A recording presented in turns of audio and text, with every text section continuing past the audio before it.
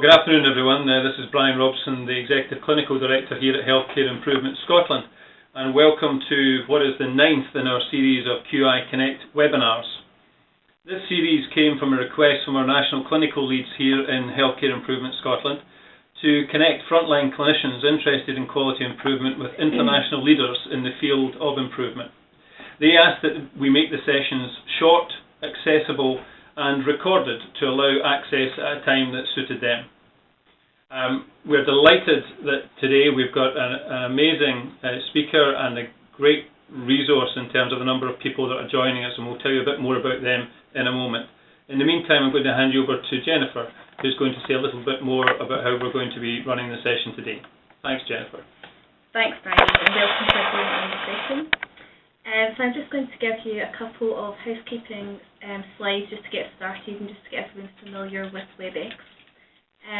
So on the right-hand side of the screen you can see the chat box function. So we really encourage everyone to make the sessions as interactive as possible. So if you can use the chat function to ask questions, to make comments throughout the session, to share any resources, that would be fantastic. If you're having any technical difficulties throughout the session, you can message the host using the WebEx chat function at the bottom right-hand side, or you can just dial a contact there 07929 049 216 for assistance. And just in terms of the WebEx orientation, we've just covered this there. So what you can do is on the bottom right-hand side of the screen, there's a box that says send to, so you can just send your messages to all participants, or you can send them to, if you see someone specifically you'd like to speak to, there, and that's just highlighted in red there. Okay, so here comes the fun interactive part of the session. If you can, on the top left-hand side of the screen, you'll see a blue arrow. If you can all just click on that arrow and select where you're actually dialing in from. And this just gives us a flavour of where all the participants are coming from. So there's quite a few from the UK. There. All from. Great. So welcome to Faisal from the Maldives. Welcome to Brian from Russia. I'm not sure why I've ended up in Russia. That's could be arranged. It could be arranged. So now I'm just going to pass back to Brian, who's going to tell us a bit more about the organisations and countries linking into the series. Thank you very much, Jennifer, and thanks to everyone for joining us today. What we have is an amazing resource in terms of the people that join the call. We're delighted to say that we're now having 148 organisations who are connected with QI Connect and join us. You've seen some of those that have joined us before. You'll have seen some of these slides before and some of these images. But when you start to look at the logos of these various organisations that are joining us from all over the world, they're either joining us with us today or they're joining with the recording. The other interesting thing, of course, to remember is that many of these organisations have organised for groups to meet and both listen to the call this afternoon and indeed use the recordings as part of teaching classes across the world, which is absolutely wonderful. So we started off the series with 1 or 1.5 slides. We're now up to 5 slides on this group of logos. And a special mention today to 3 new organisations who are joining us for today's call. We have Audit Scotland, Scottish Borders Council and University Hospitals Bristol. So welcome to you. Thank you very much for joining us, and we hope you enjoy the call today. And in terms of the countries that we are reaching now, we're up to 41 countries, and absolutely delighted that Faisal Saeed is joining us from the Maldives. This is Faisal's first joining of the call, and we're absolutely delighted that we're up to 41 countries. So welcome, Faisal. We're looking forward to hearing from you in the chat later on the call. Also to remind you that the series of QI Connect is a resource approved by the ISQA organisation for their fellowship programme and is distributed through the ISQA fellowship programme to a number of the countries that we mentioned. And just to remind everyone that we're recording the call today, and this is for people from all over the world who join us in different time zones to allow them to access it, but also for those of us who may wish to take another listen to what we heard today. And we're really keen that people start to use the Twitter account. We had a significant Twitter activity in the last call, and we'll be talking more about that on the next call in the series. But please use the hashtag HISQIConnect in your Twitter activity today. Delighted to say that we're joined here today in Glasgow by the QI Connect team, by Jennifer, whom you've heard from today, Carmen Forrest, who's been dealing with our administration and our certification, and by Ross Stewart here in the studio with us today. And we're also delighted to join us today our Director of Scrutiny and Assurance, Robbie Pearson, and you'll hear more from Robbie later on in the call. However, it is with great pleasure that I introduce today's speaker. We have Professor Sir Mike Richards joining us. Mike is the Chief Inspector of Hospitals at the Care Quality Commission. Mike has a long and distinguished career in the NHS, having been the Director for Reducing Premature Mortality at NHS England, being the National Cancer Director at the Department of Health, and a consultant and reader in medical oncology at Guy's and St Thomas's, in addition to his role as Professor of Palliative Medicine. Mike was appointed as the very first Chief Inspector of Hospitals for England at the Care Quality Commission in July last year, 2013, and has been asked to lead an exciting new programme of inspections across acute hospitals, mental health services, community health services, and ambulance services, both in the NHS and the independent sector. And I'm delighted to welcome Mike to the call today. Welcome, Mike. Thank you very much indeed. It's a great pleasure to be with you all this afternoon. So, what I'd like to do this afternoon is just to give people a brief overview of the role and purpose of the Care Quality Commission, the CQC, tell you about our new approach to hospital inspection, then go into shortly into the findings in our first year, but also to try and address the question of whether inspection can actually drive quality improvement, and if so, how. And I hope that we will also leave plenty of time for an interactive session at the end. So the CQC, our purpose is to make sure that health and social care services provide people with safe, effective, compassionate and high quality care. And that covers the whole of adult social care, general practice and hospitals, including mental health services, community health services and ambulances. So it's a very broad remit. I've also put there that we encourage services to improve. We are not an improvement agency, and I think that's quite important because we then have to go back and re-inspect institutions, organisations, and there is a potential that if we were also the improvement agency, we might be tempted to say, of course you've improved because we've been working with you. However, although we're not an improvement agency, we are very keen to make it clear that we believe we are an agent for improvement.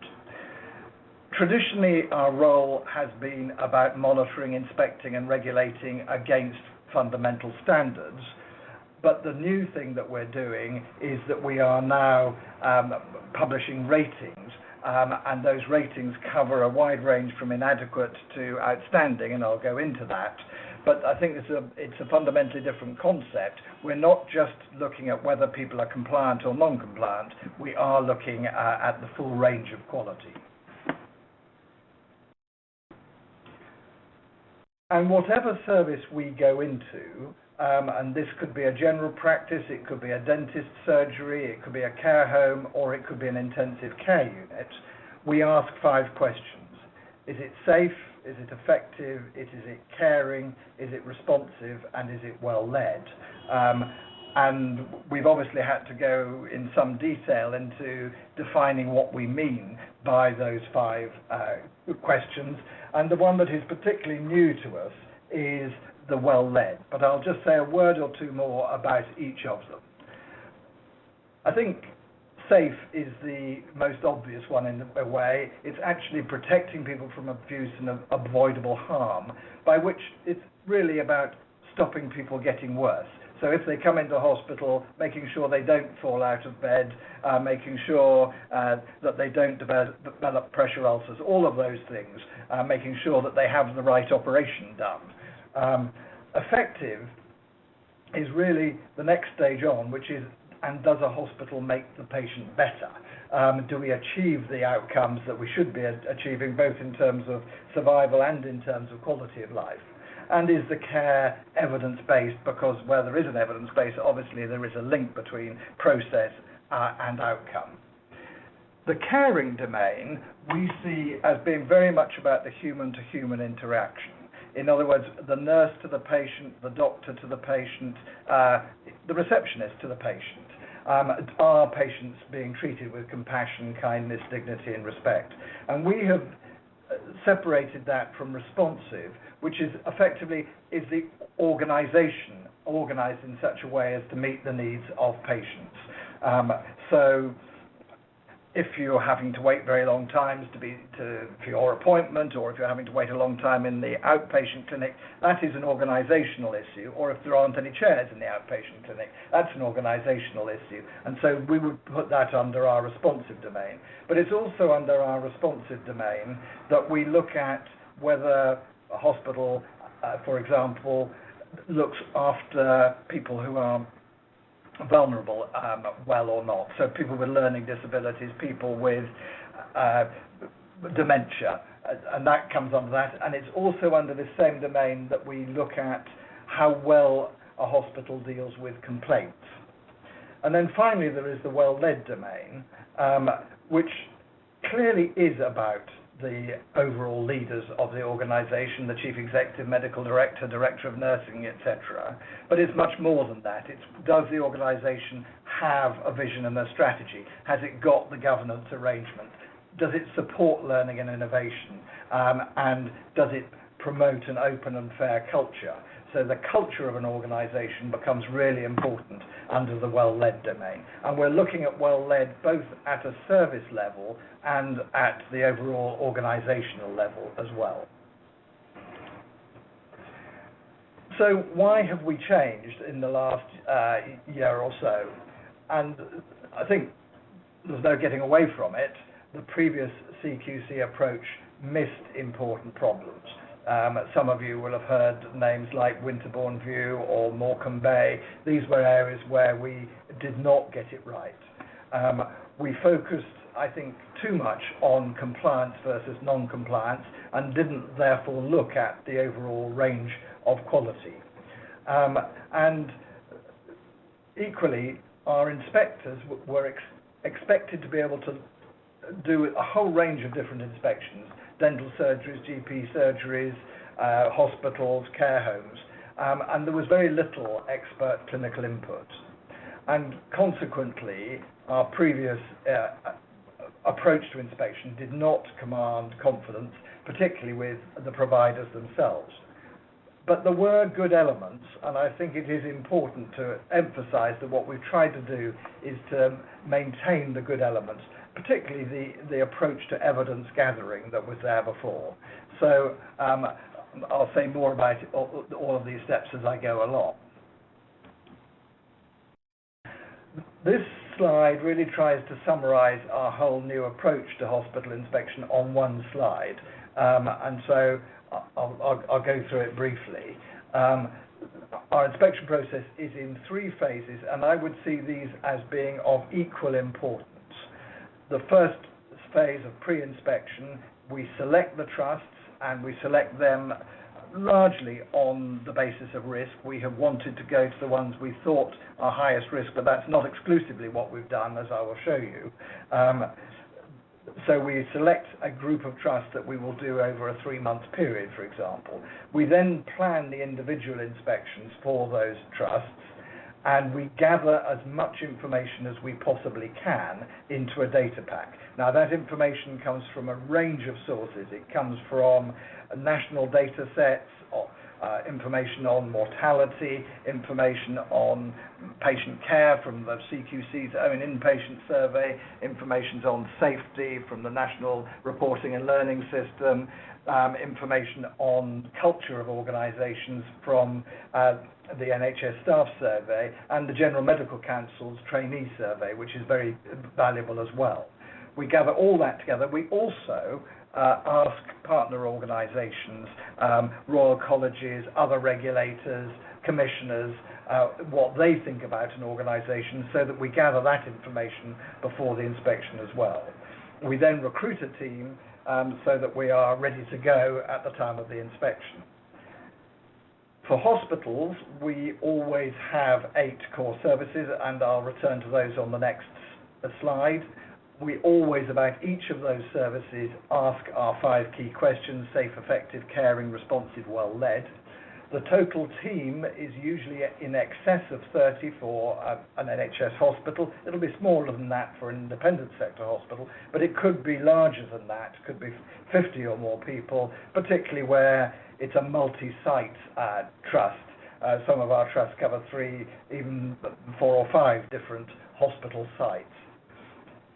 Clearly, we will always go to the clinical areas related to the core services, but that's not all that we do. We always hold a public listening event, usually at the start of the inspection, usually off campus, and we let the public know well in advance about this. We fully expect that we will hear polar opposite views at those events, people coming to defend their hospital saying it's wonderful, people saying they had a very poor experience of care. But we can learn from that, and that can help us to channel our inspection into important areas. A very important part of the inspection is listening to staff. We always hold focus groups with junior doctors, junior nurses, senior nurses, allied health professionals, and also with administrative staff. We call these focus groups, they're open groups. We encourage whoever wants to come from a hospital to come, and we encourage the hospitals to allow people to come to those meetings, and typically they might have 20 or more people attending each of those focus groups in a hospital. And then towards the end of our inspection, we hold interviews with the senior hospital managers, so the chief executive, the chairman of the hospital, the medical director, director of nursing, finance director, HR director, etc., so that we can take back what we have seen and probe further with them about what's happening there. And what I should also say, that the inspection, although this is an announced component of the inspection, there is always an unannounced component as well that takes place usually within a fortnight of the planned visit. It may be at night, it may be at the weekend, it may be the very day after our inspection. By the nature of saying it's unannounced, we don't tell the hospital when we're coming. But that's usually with a much smaller team, and we'll focus on specific areas that we may have been led to via the focus group. So if the junior staff have said to us that they find difficulty in getting hold of consultant staff at the weekend, we might choose to go at the weekend and see what consultant staff are there, for example. Or if we've heard that handover between one shift and another doesn't work, we might decide to go and attend the handover meeting. After the announced and unannounced components, we take all that information away. There's a huge amount of information that we've gathered. The report writing then takes a matter of a few weeks, but we then hold a National Quality Assurance Group meeting, which either I or one of my deputies will chair, and we confirm the ratings that have been proposed on the inspection, and the big purpose of that National Quality Assurance Group is to try and achieve consistency between inspections. And then we send the report in draft form to the trust for factual accuracy checking. When we've taken their comments on board, if appropriate, we will then hold a quality summit. The quality summit is an opportunity for we, the CQC, the trust we're inspecting, the commissioners, the oversight bodies, the other regulators, all to get into the same room with patient groups as well, so that we can present the headlines of the report, the trust can give us their initial response, but then very importantly, it's getting into action planning about what the next phase should be. Here are the 8 core services that we always inspect. Urgent and emergency services, the emergency department, for example, the medical wards, always including the wards for the frail elderly, surgical care, including operating theatres and day case suites, the critical care unit, maternity and gynecology, children and young people, end-of-life care across the hospital, and outpatients and diagnostic imaging. Now, we realise that diagnostic imaging does not only apply to outpatients, but it's just convenient to group it there. I should also emphasise that in addition to those 8, we can always go to any other service within the hospital if we've heard concerns, or indeed if we've heard very positive comments. So I can think of hospitals where we've heard concerns about the ophthalmology service, and we've chosen to go in and look at the ophthalmology service for that reason. But I can think of another hospital where we also heard very positive things about the ophthalmology service, so we decided to go and look at that, and indeed it was outstanding.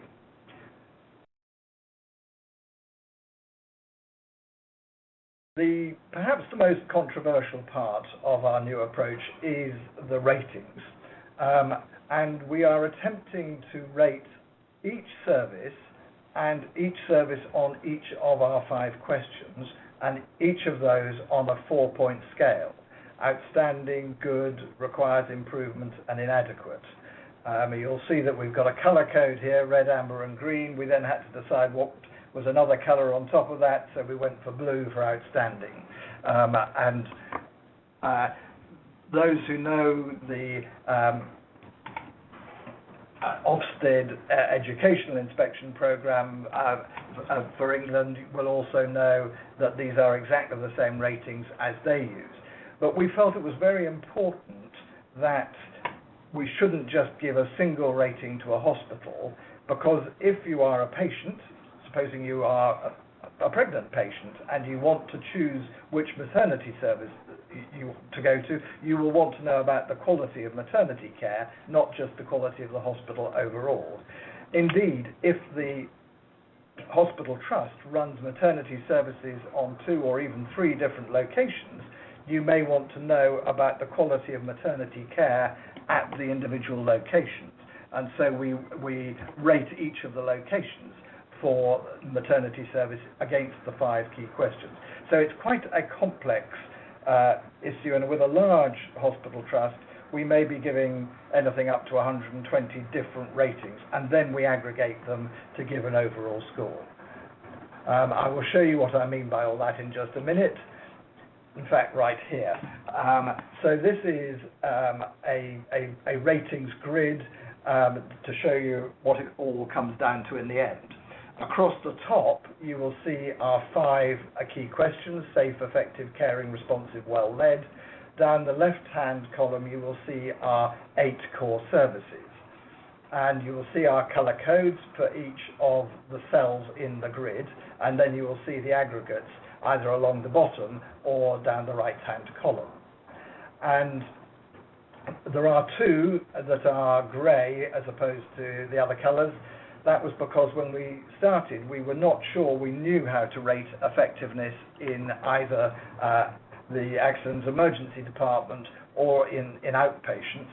We now believe we can rate accident and emergency. We've been working closely with our College of Emergency Medicine on that. If anybody can tell me how to rate the effectiveness of outpatient services, I would be very grateful, and please start writing your answers in right away, because we certainly don't know how to do that yet.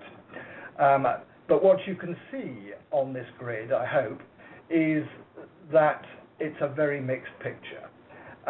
So just to draw your attention to 1 or 2 things, if you take the caring column, you will see that in this particular trust, the caring column was good throughout, and in fact in one case we rated it as outstanding. If you look horizontally, you will see that although there are a number of services that require improvement, there are two services, children and young people and end-of-life care, which were good throughout, and end-of-life care had one outstanding. So it's a very mixed picture, even within one hospital. So, and this is not an uncommon finding, which I think emphasises why it's important for us to look at the sub-hospital level, not just at the hospital as a whole. So what have we done so far? This slide actually moves on week by week. I think our total number of acute trusts is now 75. So we're getting to the halfway point in terms of the acute hospitals in England. We've also done about 20% of the mental health trusts. We've done one large independent sector provider, and we've done about the same proportion of community health services. And we've just started doing the ambulance trusts. There are 10 large ambulance trusts in England, and we've done 2 of them.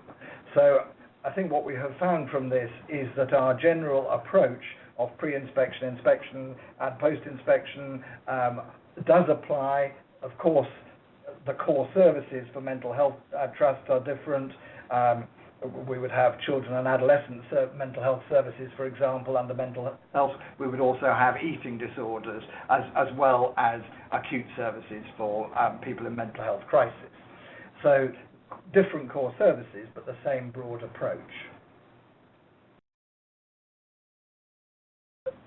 I'll now focus particularly on the acute hospitals programme because it is the most advanced, but the same broad principles apply. In our first wave of inspections, that was between, in the autumn of last year, September to December last year, we deliberately chose to look at a range of different, or likely different quality. So we chose, based on our intelligent monitoring tool, and I can come back and discuss that afterwards, we chose 6 trusts that we thought would be high risk, 6 we thought were low risk, and 6 we thought were in between. And the aim of this was really 2 things.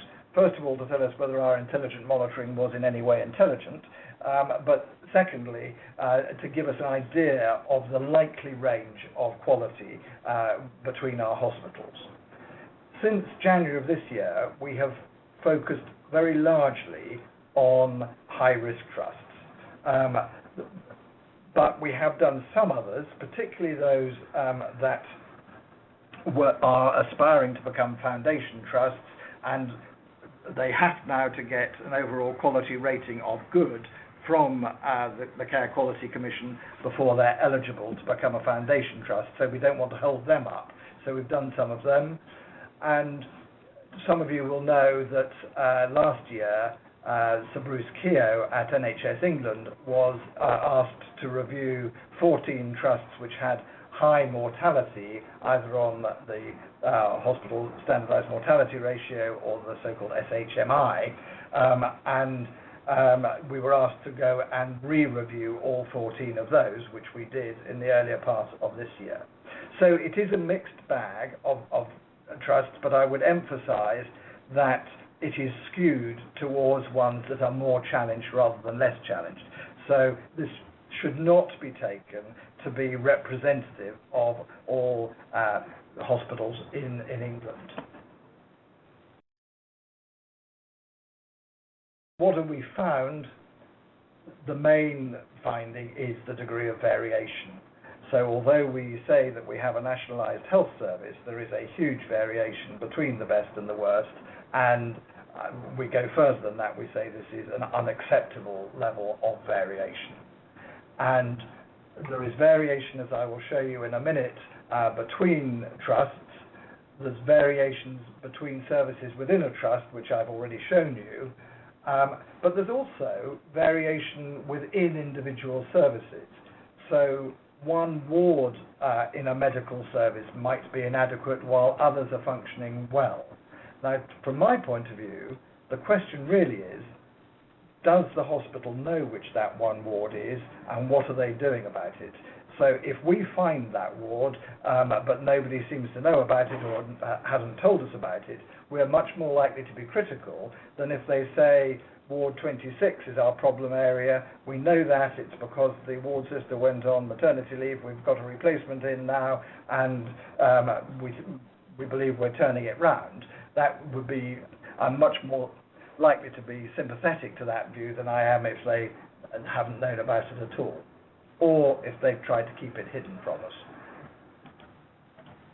Now, I'm just going to give you one or two examples of individual hospitals which I think illustrate key points. Basildon University Hospital, this is a hospital that was inspected a year ago by Sir Bruce Keogh and was put into special measures, more of which in a minute, but that basically meant that it had quite severe problems. They have made fantastic progress over the last year. And as you can see from this grid, there are still areas where they do require improvement. Those are clearly shown. There are some areas where they are now outstanding. But overall, the picture is one of being green or good. And so we were happy to give this trust an overall rating of good. And I think that is a really fantastic achievement to have got from being in special measures to good in that time. And there's one other hospital where that applies as well. But contrast that with Wexham Park Hospital, which, as you can see, is a very, very challenged hospital. But I'll just draw your attention again to the fact that even within this picture of a lot of amber and red, the services for children and young people were good throughout, and the intensive and critical care unit slipped up on one aspect but was otherwise good. So showing again the variation that there can be within an individual hospital. But we gave this a rating of inadequate, and on the basis of that we recommended that it should be put into special measures, and it was. And just contrast that with Frimley Park NHS Foundation Trust. This is really the adjacent trust to Wexham Park. I think they are 24 miles apart, 40 kilometres, I suppose, for others around the world. And you can see here the difference. A lot of services that we rated as outstanding, and I think if I had to draw attention to one thing here, it would be the outstanding well-led domain, which was true both at individual service level in 5 of the 8 core services, and undoubtedly at the overall hospital or trust level as well. But you can also see that there was one area where they slipped up, and the safety for children and young people required improvement, and I am quite confident that they will now be putting that right. The really interesting finding, but event that's happened since we inspected the last 2 hospitals is that Frimley Park has just taken over or acquired Wexham Park. And what we will be watching with great interest is to see whether Frimley Park can bring Wexham Park up to the same standard of excellence that they are achieving. Clearly there is also a risk that Frimley Park might go downhill. I personally think that's unlikely, but I'm a natural optimist. Other broad findings. The caring domain, like the column for caring, in general has been good or even outstanding. There have been exceptions to that, but our inspection teams in general have come back and said we observed great care, the human-to-human interaction. Where things have fallen down, it tends to have been at the individual ward level, and those wards tend to have been the frail elderly wards, or so-called escalation wards. These are wards that are opened in response to the pressures of winter when more admissions come into the hospital, and frankly they are often led by less experienced rather than more experienced ward managers, and they may have a lot of agency staff, and so I think hospitals need to pay particular attention to those wards. I often get asked about the culture. It's quite difficult to define, but actually it is not difficult to recognise when you've got a team of 30 or more people in a hospital for a 3 or 4 day period. We get information before we go into the hospital from the staff survey and even by looking at staff sickness levels, and those are very valuable pointers to what we might find. We have seen truly open and learning culture, but we've seen some where there is still very much a them and us culture between clinicians and managers. But we have also seen some trusts which are making good progress in turning the culture around. This is just to show the variation by core services, with intensive and critical care coming out the best. Perhaps not surprisingly, accident and emergency and medical care having the lowest proportion of good or outstanding ratings. But do please remember again that we've got a skewed sample here. So I was also asked to focus on how can CQC drive improvement. First of all, there is the reputational element associated with ratings. Patients may choose to go to a hospital with a good or outstanding rating. That doesn't apply to all services, but certainly does apply to maternity services, and we observe in this country that where a maternity service gets a bad reputation, there is a fall in the number of births at that hospital as people choose to go elsewhere. The providers themselves, the hospitals, don't like the reputational damage of either a requires improvement or an inadequate rating. Providers have been asked now and will be required to display their ratings in a prominent place so that the public and patients can see them. And it's also true that people commissioning services don't like poor ratings, and we hear that when we go to the quality summits. Maybe that's because they've then got to do something about it, but so I'm not worried about that. I think it's a good thing if they feel the need to take action. But the CQC also has a range of enforcement actions, and we can, even during an inspection, advise a trust that they should do something immediately. When I say advise, that's got teeth behind it. They know that if they don't take the action we're advising, we will come in with stronger enforcement action. So, for example, we have advised a number of hospitals to close beds on a high dependency unit or on general wards when we think the staffing levels are too low to be safe.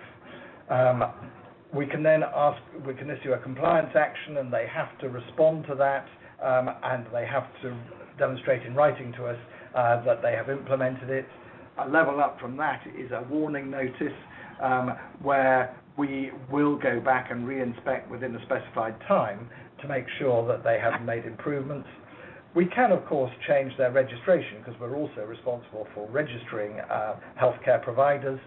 And ultimately, we could withdraw their registration, which means they would have to close. That is clearly difficult in an acute hospital setting. And finally, we can prosecute.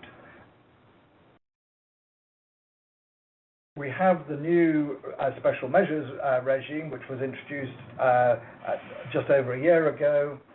And this is really to recognising that some trusts, both on the quality domains, safe, effective, caring, responsive, may be inadequate and may lack the leadership to lead them out of that problem within a reasonable time frame. The arrangement is that we, the CQC, recommend special measures to the oversight bodies monitor or the Trust Development Authority. So far, whenever we've made the recommendation, they have accepted our recommendation. It may lead to changes in senior management, but it doesn't inevitably do so. But it does always lead to extra support coming in, buddying with another trust, for example. And then we have to re-inspect and make a decision about whether the trust is ready to come out of special measures. 11 of the 14 hospitals that Bruce Keogh inspected last year were put into special measures. We've now reviewed them all. As you can see, 2 have already reached good, 3 had made good enough progress for me to recommend that they came out of special measures. Another 5 had made progress but were not yet ready, in my view, to come out. And 1, frankly, had made no progress, and that's the hospital I'm probably most worried about at the moment. We have since then put a further 7 trusts into special measures. 1 has exited, that's the Wexham Park one I showed you, because they have now been acquired by another trust with strong leadership. So just my reflections, I do believe this is more robust than anything we have done before, and it's not just me saying so. We've had an external independent evaluation, and that confirmed it, although it also said that there were lots of ways in which we needed to improve, which we agree with. We know we're still on a learning curve, but we also know that within the last year we have improved. Consistency is, of course, the greatest challenge, and I think I've spotted comments being made about that in the margin, and that will always be the case, but we do take a number of steps to ensure consistency. Clearly, it's about recruiting good teams. Secondly, it's about training them. It's about having consistent methodology. We have got a provider handbook that sets out for people what we're expecting and what the characteristics are of good or outstanding, etc. The quality assurance group that I mentioned earlier is a very important part of this, making sure that we're being consistent across trusts, and that's done at national level, so that for the first 40 hospitals, I chaired all of those myself to try and make sure that we were being consistent. I now share that role with my deputies, and the factual accuracy check is important too. So I'm going to stop the presentation bit there by saying we believe that we've come a long way in the past 14 months. It's undoubtedly better than the model it replaced, but we know we've still got a way to go on this, and any suggestions are very welcome. Thank you very much indeed. Thank you very much, Mike. That was an excellent overview of what's going on with the CQC, and we've got a range of questions coming up in the chat box. But before we get to those questions, I'm going to hand you over to Robbie Pearson. Robbie. Again, just to echo Brian's comments here, Mike, that was great, and it feels very timely and relevant to our work within Healthcare Improvement Scotland. You spent quite a bit of time on the issue of consistency and the work which CQC has been doing to strengthen that. Obviously, you've got quite diverse teams, large teams, 30, maybe up to 50 individuals on those teams, depending on the size of the trust being inspected. How does the National Quality Assurance Group, which you chair or your deputy might chair, actually work in practice in providing that constructive challenge to the consistency, given the range of individuals who may be on an inspection? Before I come on to the Quality Assurance Group, just in terms of the teams are led by senior people from the Care Quality Commission, a head of inspection, and they, of course, are doing at least one of these comprehensive inspections probably a month each. So they get a very good idea of the range of quality across the country. And indeed, our own inspection managers and inspectors, who are, if you like, resident CQC staff, they have now all been doing a number of these. And so they are making those internal comparisons between trusts themselves. We also always have an external chair of an inspection. This is usually a very senior clinician. It could be a director of nursing, it could be a medical director, it could sometimes be a chief executive of a trust, who is there, if you like, to see fair play and to reflect back to the team what they're observing. So, and of course, also a number of our specialist external clinical advisors have now done a number of these inspections. And undoubtedly, people do say, well, this is a lot better than it was at X, or gosh, this is not as good as it was at X. So there's an element of that within the teams, but it's also the fact that the teams do have set things that they are looking for, and we do have these characteristics of what good and outstanding should look like, as well as requiring improvement and inadequate. So all of that. Having said that, the consistency, the quality assurance group at the national level is important, because we may challenge and we may say, you know, you've rated that as outstanding, but we cannot see what makes it outstanding. You know, that is what in other places we would have rated as good, and we feed that back, and you know, unless there's a good reason to make it outstanding, we would then downgrade it, and the same in other directions. It's never going to be a perfect measure because there are so many different factors that even go into each one of those cells. So if I take the safe cell in accident as emergency, that's made up of is it a safe environment? Are the medicines managed safely? Are the records managed safely? Are the is staffing levels safe, both on the medical side and the nursing side? What about safeguarding? What about a whole range of other different things? I think there are 15 subheadings there, and so one is synthesizing and one is coming to judgment. And we deliberately don't want this to be a tick box affair. But what I can assure you is the difference at the moment in quality across the country is not difficult to discern. Whether we would always come to the same conclusion within one grade on an individual cell on a grid, we can debate. Thank you very much, Mike. Now we have a question that's been put in advance from Ruth Flint from Harvard School of Public Health. Ruth is asking, the King's Fund have recommended better use of data analytics and reporting. The development of intelligent monitoring was one of the huge successes of 2013-14. We've obviously heard some of that in your talk, Mike. Is this intelligent monitoring showing systemic trends or risks across the NHS, and what's the potential for predictive analytics or modelling? Thank you for that one. Our intelligent monitoring tool, it's always risky to call something an intelligent monitoring tool in case it turns out not to be so intelligent, but it certainly has a whole range of different parameters that go into it.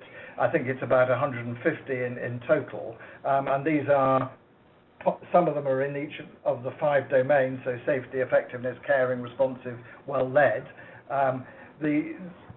It gives us, I consider the intelligent monitoring tool to be a screening tool, and having come from a background in cancer, I know that screening is never 100% accurate, so we have come across hospitals which appeared to be high risk on intelligent monitoring, but when we've gone into those trusts, we've actually found that they are good, and we have found ones in the other direction where they appear to be low risk on intelligent monitoring, and they have turned out to not to be good, to require improvement or being inadequate. So it is only a screening tool.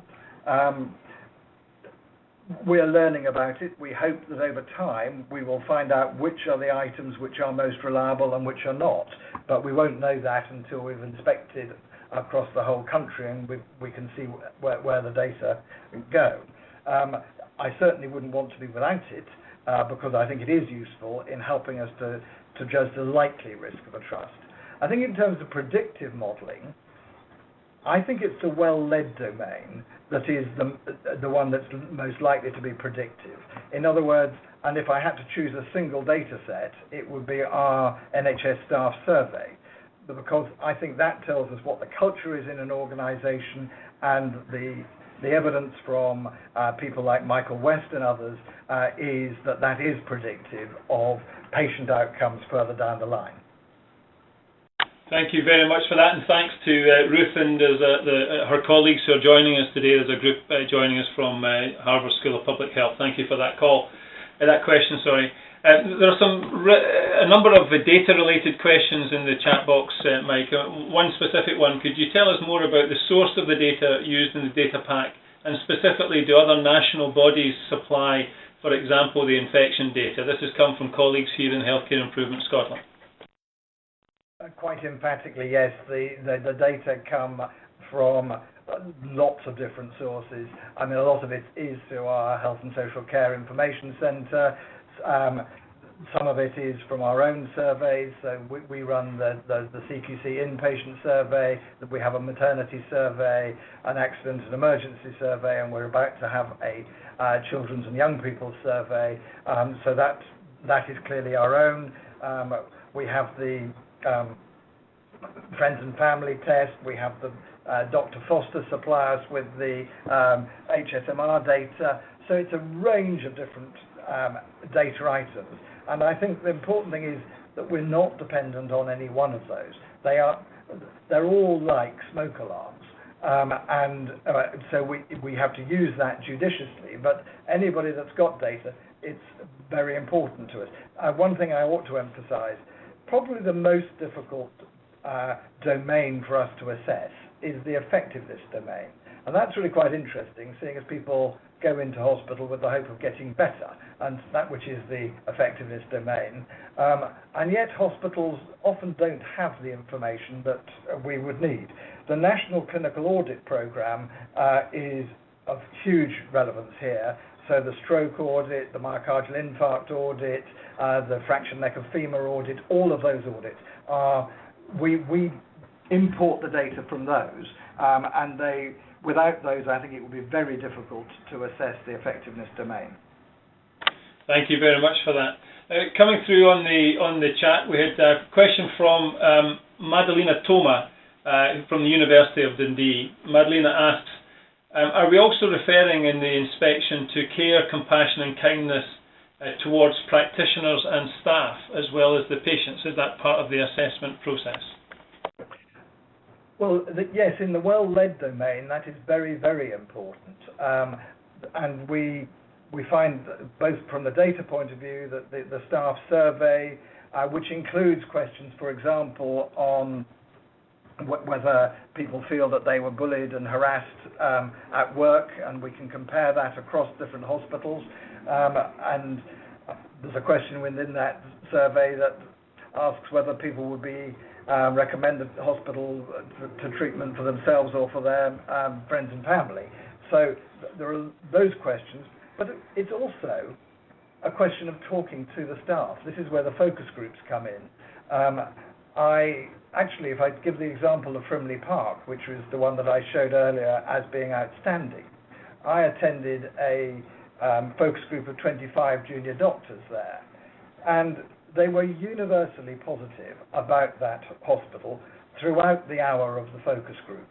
A lot of them said they had come there as very junior doctors, they had come back as middle grade doctors, they wanted to come back there as consultants.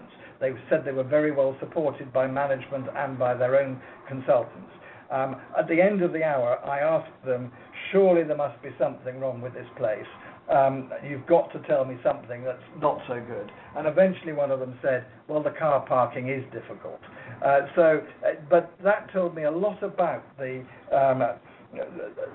atmosphere, the culture in that hospital, and it was borne out by what we saw elsewhere. So staff engagement, staff happiness, if you like, is a very important part of this, probably as important as anything else. Thanks very much for that, Mike. We have a question here from Susan Henderson, who's from Planning and Development and Borders Council, who have just joined the series for the first time today. Thanks for your question, Susan. Susan's asking, are there connections made with care homes in local areas where local hospitals are struggling? Is there any correlation between poor quality of care across the whole sector, if you look at it, including the care homes? Very good question, and something that we hope we will be able to answer, but to be quite honest, I can't answer it yet. I mentioned that this new inspection program is being rolled out to care homes and to general practices as well as to hospitals, but it's a step behind in those other areas, which is why I focused on hospitals today, apart from the fact it's what I'm responsible for. But I think we will want to look at localities and see what the correlations are between care homes, general practice and hospitals, and I think that, if you like, is the next phase of our work, but I can't really give you an answer now. Well, thanks very much for that, Mike, and I think you've made it very clear that this is a developing and evolving process. A number of the participants have asked, Sarah Gill, who's an inspector here at Healthcare Improvement Scotland and also at the Care Inspectorate, and also Alistair Philp, who's an improvement advisor at Scottish Government. They've asked similar questions looking at, it sounds like a really good system, but it also sounds very resource intensive. Is it sustainable? I believe the answer is yes to that. It does require considerable size of teams.